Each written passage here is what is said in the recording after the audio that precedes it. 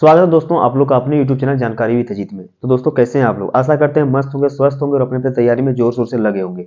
दोस्तों आज हम बात करने आए हैं बिहार ग्राम कचहरी सचिव का वैकेंसी निकल के आया हुआ है। उसी के बारे में सारा डाउट आज आपका क्लियर करने वाले हैं।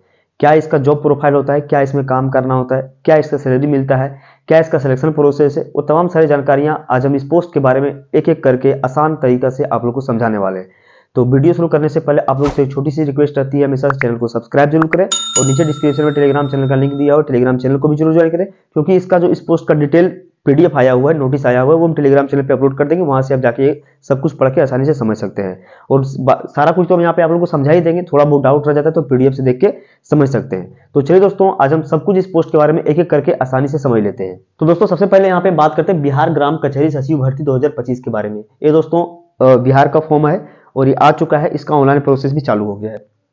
जैसा कि बात करें इसमें टोटल पोस्ट का, तो टोटल पोस्ट 1583 पोस्ट है और दोस्तों मेल और फीमेल ऑल ओवर इंडिया कहीं से भी इस पोस्ट को डाल सकते हैं। इसमें नो एग्जाम, बिना एग्जाम का आपका सीधा भर्ती होने वाला है, सीधा भर्ती होने वाला है बिना एग्जाम का। तो कैसे इसका सिलेक्शन प्रोसेस होगा वो तमाम सारी जानकारियां आज आप लोग को इस वीडियो में देने वाले हैं।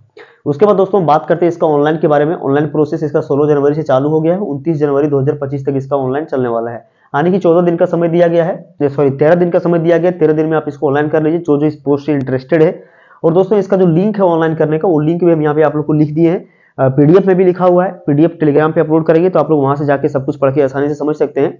अब जाके गूगल में सर्च कीजिएगा http.psbihar.gov.in, तो उसका वेबसाइट खुल के आ जाएगा। वहां से जाके आप सारा इसमें ऑनलाइन भर सकते हैं जो जो आपको वहां पे मांगा जाएगा, जैसे कि मार्कशीट वगैरह का पीडीएफ वगैरह मांगा जाएगा, स्कैनर मांगा जाएगा, अपना जो डिटेल होता है बेसिक सा वो सब कुछ मांगा जाएगा, वो सब डाल के आप यहाँ पे भर लीजिएगा।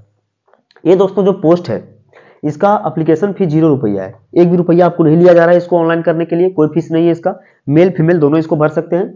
ये दोस्तों डिस्ट्रिक्ट वाइज प्रखंड वाइज भर्ती आया हुआ है, मतलब कि बिहार में जितना जिला है तो जिला में प्रखंड जिस तरह से है तो प्रखंड में इसका भर्ती निकला हुआ है, मतलब प्रखंड वाइज इसका भर्ती निकाला गया है।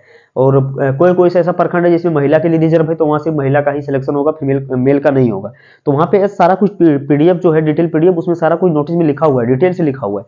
सब कुछ आप जाके पढ़ सकते हैं कि कौन सा डिस्ट्रिक्ट में कौन सा प्रखंड है जहाँ पे मेल का पोस्ट है, जहाँ पे फीमेल का पोस्ट है, सब कुछ उसमें लिखा गया है एक करके डिटेल से। तो पीडीएफ भी हम आप लोग को दिखा देते हैं, एक बार एक झलकी पीडीएफ का भी दिखा देते हैं। और उसके बाद आप लोग जाकर टेलीग्राम चैनल में चेक कीजिएगा, वहां पे अपना टेलीग्राम चैनल पे दे देंगे पीडीएफ, वहां से आप सब कुछ पढ़ सकते हो। चलिए पीडीएफ का थोड़ा सा एक झलक देख लेते हैं। तो दोस्तों यहाँ पे आपको पीडीएफ दिख रहा होगा, देखिए पीडीएफ में यहाँ पे बिहार सरकार पंचायती राज विभाग करके आया हुआ है।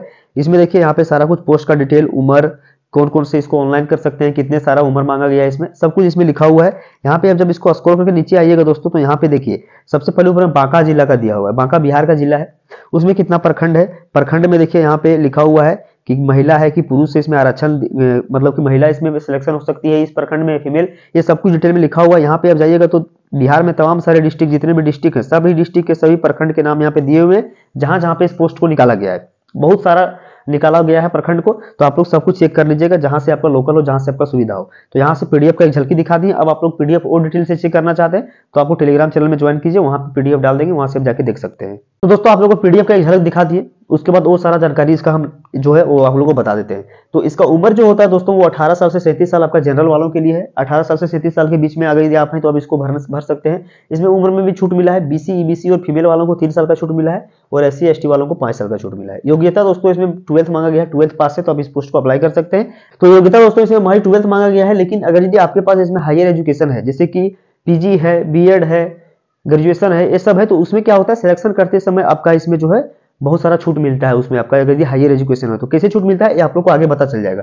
देखिए दोस्तों इसका जो जॉब टाइप है, तो जॉब टाइप के बारे में अगर हम इसका बात करें तो जॉब टाइप दोस्तों इसका जो है वो संविदा पर होने वाला है, संविदा आधारित होने वाला है। लेकिन पोस्ट को हमेशा रखा जाएगा, इसको हटाया नहीं जाएगा, क्योंकि इस पोस्ट का हमेशा जरूरत पड़ता है। अब देखिए आप लोग को बता देते हैं कि इस जॉब में आपको क्या काम करना होता है।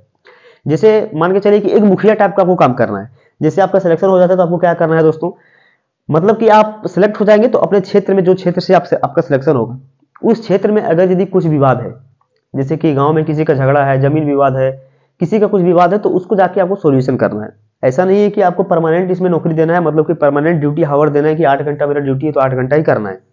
आपको जब समय मिले, आपको पता चले कि वहाँ विवाद है तो वहाँ पे जाके आपको थोड़ा सा मध्यस्थता कर देना है, थोड़ा सा समझा बुझा देना है। अगर यदि ठीक हो जाता है तो हो जाता है, आपके माध्यम से नहीं होता है तो फिर आगे उसका प्रक्रिया किया जाएगा।